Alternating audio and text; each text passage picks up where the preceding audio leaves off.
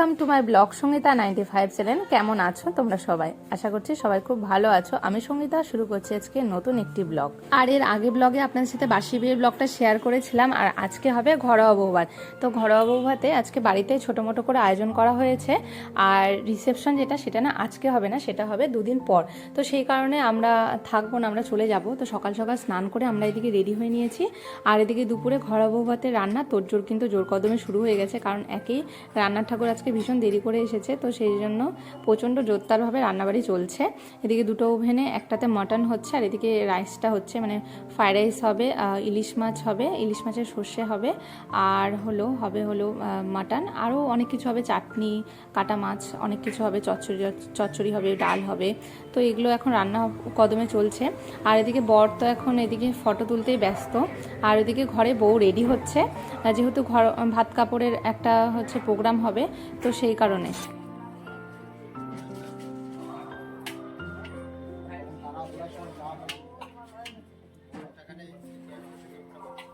আর এদিকে দেখতে দেখতে এখন বউ রেডি হয়ে এসেছে, আর এদিকে সবাই এখন আশীর্বাদ করছে। আর কালকে অনেকটা রাত হয়ে গেছিলো, সেই জন্য আশীর্বাদের পর্বটা কালকে রাখা হয়নি। তো আজকে এখন সবাই বাড়ির যে রিলেটিভসরা আছে সবাই মিলে এখন আশীর্বাদ করে নিচ্ছে। তো তোমরা স্কিপ না করে ভিডিওটা দেখতে থাকো। এদিকে তো ছবি তোলা আশীর্বাদ পর্ব চলছে, আমরা ওইদিকে ছবি টবি তুলে সবার সাথে দেখা করে খেতে বসে পড়লাম দুপুরে। কারণ হলো আমাদের আবার চলে যেতে হবে, বাস আছে, বাস ধরতে হবে, না হলে পরে দিঘিতে গেলে বাস আবার পাওয়া যাবে না।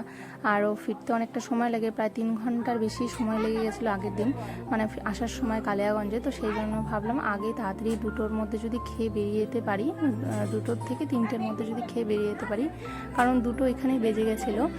তো আমাদের খাওয়া দাওয়া হয়ে গেছে, আর আমরা ড্রেসটাও ছেড়ে নিয়ে যাওয়ার জন্য একটা অন্য ড্রেস পরে নিয়েছি।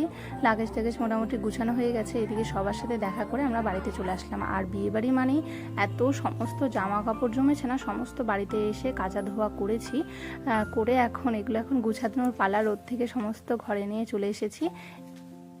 তো এরপর ঠিক আবার 2 দিন পর চলে আসলাম, কারণ আজকে আমরা বাড়ির সবাই মিলে যাব হলো বিয়েবাড়িতে।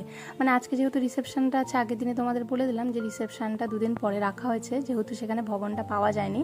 তো আজকে দেখো আমি রেডি হয়ে গেছি, আর এখন ঘড়িতে সময় হলো ওই 4টা মতন বাজে, কারণ যেতে যেতেই 3 ঘন্টার কাছাকাছি সময় লেগে যাবে। আর যেহেতু আজকে বাসে করে যাব না, আজকে গাড়ি রিজার্ভ করেছি, তো গাড়ি করে যাব। তো আশা করি 2-2.5 ঘন্টা সময় লাগবে, 3 ঘন্টা হয়তো নাও লাগতে পারে।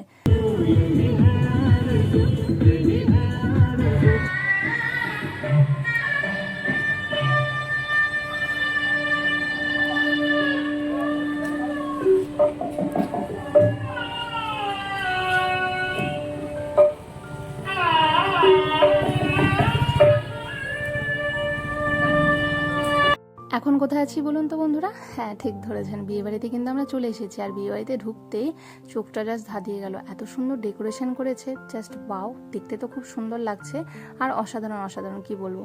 তবে ভিতরটা খুব সুন্দর করে সাজিয়েছে, সেইটা না ক্লিপ নিতেই ভুলে গেছিলাম। মানে সবার সাথে দেখা করেছি, তারপরে ফটো তুলেছি, সেগুলো তোমাদের ভিডিও শেষে সেটা আমি শেয়ার করে দেবো।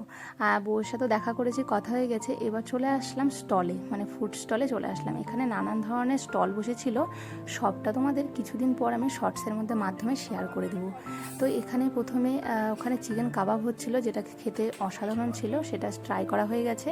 তারপরে ফ্রুটস ছিল, আর ছিল ক্রন, ছিল পনিরের একটা আইটেম ছিল, তার সাথে ছিল হলো মোমোটা জাস্ট কি বলবো, অসাধারণ ছিল। হ্যাঁ, তার সাথে কিন্তু ধোসাটাও ছিল। আমার এখানকার সব থেকে বেশি ভালো লেগেছিলো চিকেনের আইটেমটা, আর মোমোটা তো ভালো লেগেছিলো, সাথে ধোসাটাও দারুণ ছিল।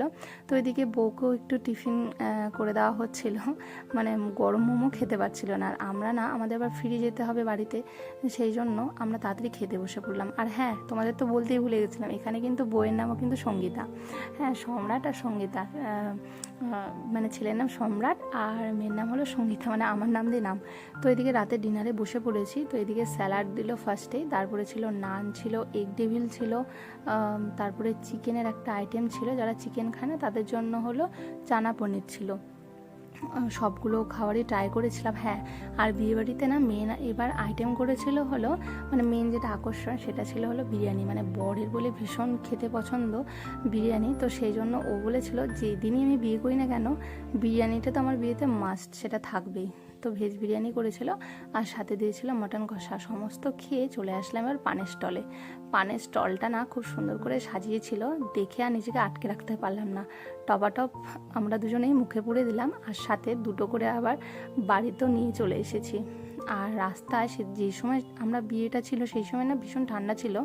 আসার সময় তো রাস্তাঘাট বেশ ভালোই ছিল, তবে যাওয়ার সময় দেখি যে ভয়ানক কুয়াশা, মানে ভয়ানক কুয়াশা।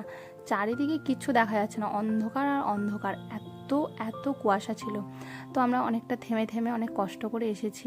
মোটামুটি বলা যায় প্রায় জীবনটা হাতে নিয়ে এসেছি। ভাবছি এই না অ্যাক্সিডেন্ট হয়ে যায়, এই না অ্যাক্সিডেন্ট হয়ে যায়। যাই হোক, সব মিলে সুস্থভাবে মোটামুটি মুখটা ধুকধুক করছিল এখন পর্যন্ত বাড়িতে এসে।